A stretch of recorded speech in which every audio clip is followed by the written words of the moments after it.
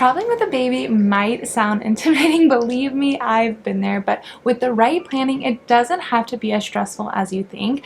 I just did my first flight with my 6-month-old and it was a long one, 11 hours from London to LA, and I was so stressed about it, and I did so much research and planning before, and I've been traveling nonstop for the past 10 years, so I thought it would be really nice to just compile everything that you need to know about traveling or flying with a baby for the first time, so that way you have this ultimate guide to make you feel more at ease before your first flight. I'll share tips on booking flights, getting through airport security, keeping your baby comfortable on board, and handling those little surprises that always seem to pop up when you least expect it. By the end of this video, I really hope you'll feel so much more comfortable about your upcoming trip with your baby. So let's start with booking your ticket. When it comes to traveling with a baby, the planning starts the moment you book your flight.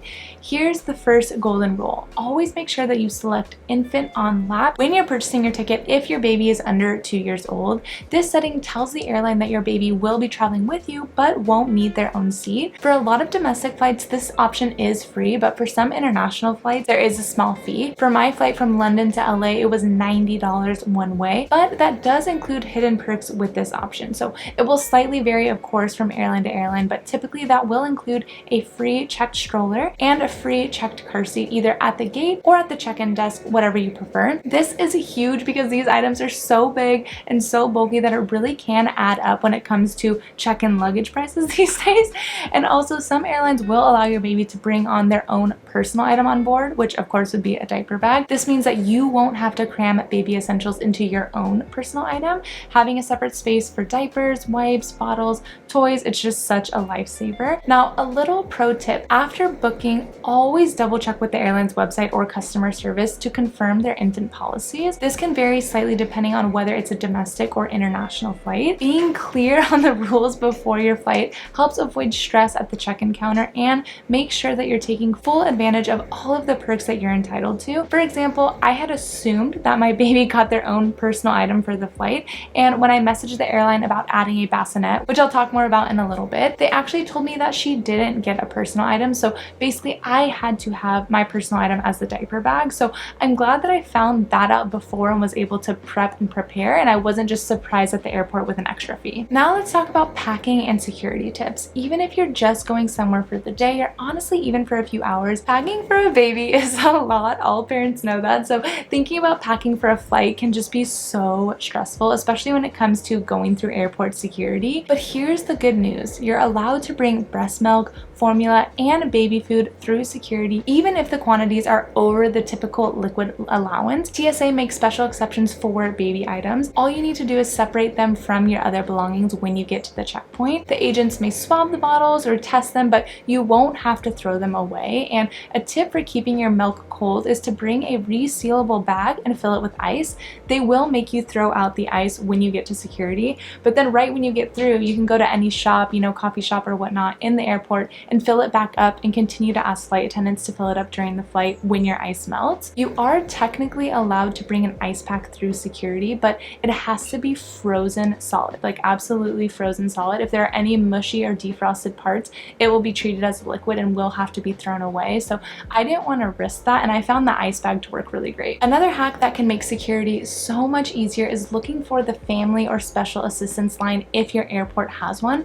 These lines are designed to help parents with strollers, car seats, and little kids move through security with less hassle. And here's something that most parents don't know. Babies do not go through the body scanner since their heads and their bodies haven't fully developed yet. They just simply don't have to go through. So instead, you'll carry your baby through a metal detector while your stroller, diaper bag, and other gear will go through the scanner. So I highly recommend bringing a sling or a baby wrap with no metal parts, so that way you can just easily walk through the scanner with your baby. They might still ask you to take your baby out of it, but then as soon as you walk through, you can just slip him or her back into your sling and then walk through. So my advice is to pack your diaper bag so that all the liquids and baby foods are easily accessible to just pull out quickly. Have your snacks if your baby's eating solids, bottles, or pacifiers within reach too, because you might need them if your baby gets really fussy during the security line. A little bit of preparation makes security one of the easier parts of your journey rather than the most stressful. Now let's talk about onboard comfort. Once you're on the plane, comfort is the most important thing for both you and your baby, and one of the best kept secrets in air travel is the onboard bassinet. On long haul or international flights, many airlines have bassinets available that attach to the bulkhead wall in front of certain seats. These give your baby a safe place to rest and give you a much needed break from holding your baby the entire time. Sometimes these bassinets are free if you register them early enough or if the airline allows that.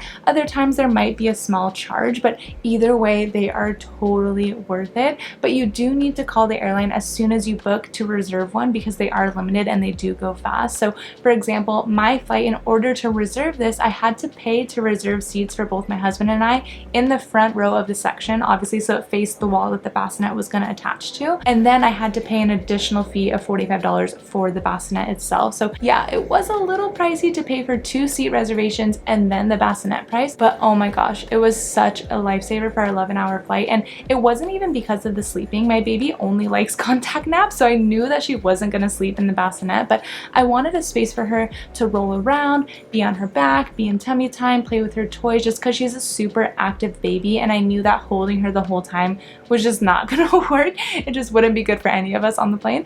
And even though the bassinet is really small, she did love playing in it and she loved just having her own space, and I think that's what made our flight so smooth, to be completely honest. Another must-have for onboard comfort is a sling or a baby wrap. I know I mentioned this before, but this isn't just for the airport. It works wonders on the plane too.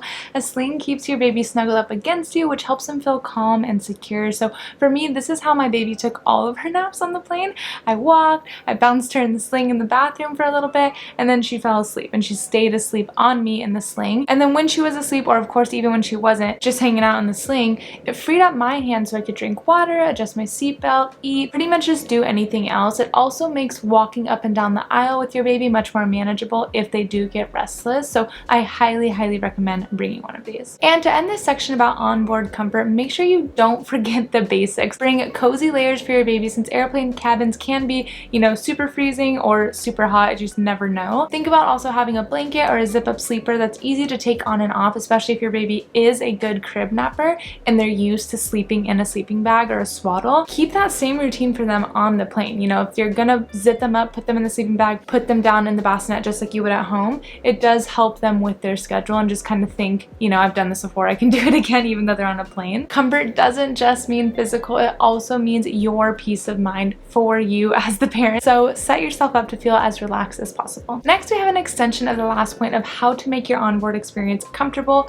entertainment, and distraction for your baby. Even the most calm babies get restless, so having a plan for entertainment is crucial. So you definitely want to pack a small bag of toys, books, and distractions just for the flight. Choose lightweight items that don't make a lot of noise, like spinners, soft toys, crinkle books, teething rings. Those types of things are perfect. If your baby is a bit older, like 9 months or above, I've seen amazing things about activity books where it's essentially just this book, but each page has a different activity, like reusable stickers, matching games, pop-ups, just other things to keep your baby entertained, and all be within that book and doesn't get super messy. A major pro tip here is don't give your baby all their toys at once. Rotate them throughout the flight. All parents know that babies get bored super quick, so if you're constantly just handing them different toys, they now feel like something new and exciting, and then they're playing with those toys for a few minutes and they get super excited. Whereas if you give them all the toys at once, now they're bored of all of them within 15 minutes and you don't know what to do the rest of the flight. Even something as simple as a set of plastic keys or a silicone teether can just buy you 15 minutes of quiet, which is gold when you're thousands of feet in the air. And don't underestimate everyday objects as entertainment. I mean, it's the same as it is at home, right? Your baby probably likes playing with the box or the wrapping paper more than they like playing with the actual gift itself. So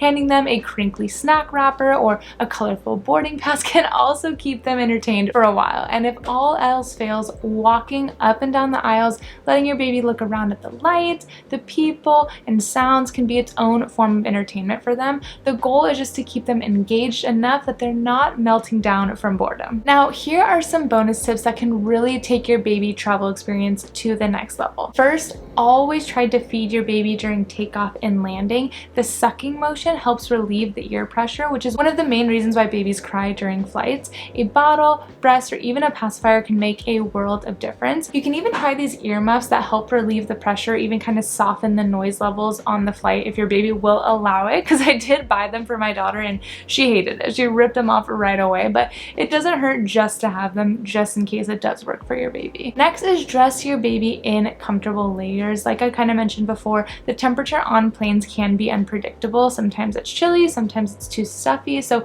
a soft onesie, a little cardigan, a zip-up sleeper allows you to just adjust things really quickly. And always pack at least one extra outfit for your baby, but I would do multiple, and a spare set of clothes for yourself. Trust me, accidents do happen at 30,000 feet in the air, and you don't want to sit for hours in a messy outfit. My baby had 2 blowouts on the plane, and some of the poop got on my pants, so I'm glad that I had an extra pair of leggings to change into. Third, if your schedule allows, try to book the flights around nap or sleep time. So if you're going somewhere where there's not a huge time difference, I'd recommend trying to book the flight overnight so the baby is naturally ready to sleep and can sleep as much as possible on the plane, especially again in that bassinet. Then they can just wake up and be there. But for me, we were going somewhere with an 8-hour time difference. So if she would have slept the entire flight or a lot of the flight, then we would have landed in LA and then she would have stayed up all night. So I actually wanted a day flight and I wanted to keep her up as much as possible. You know, obviously a few short naps, but I wanted her to be exhausted by the time we arrived so that she could sleep that night. So just base it off of your own baby, the time zones that you're in and where you're going, because you know what's best for your baby. And lastly, remember that flexibility is your best friend. Babies can sense our stress, so if things don't go perfectly, just take a deep breath. Sometimes a short walk down the aisle or a smile from a kind stranger is all it takes to just really reset that moment. As long as your baby is happy, that's all that matters at the end of the day. So yes, traveling with a baby can seem like a super stressful and daunting task, and let's be real, it is, you know, especially when you compare it to the carefree days of just hopping on a plane, backpack on your back as just like a carefree backpacker traveling around the world. But with a little bit of preparation, a little bit of flexibility, it can actually be a really great memory that you and your partner will always remember and can even make you bond more with your baby. So from booking wisely to packing smart, using airport resources, and keeping your baby cozy and entertained on board, you now have the tools to travel with confidence. If you found this video helpful, don't forget to hit that like button and let me know down in the comments if you'd like more baby travel tip videos. Now let's take a look at these helpful airport hacks to make your airport experience as smooth as possible.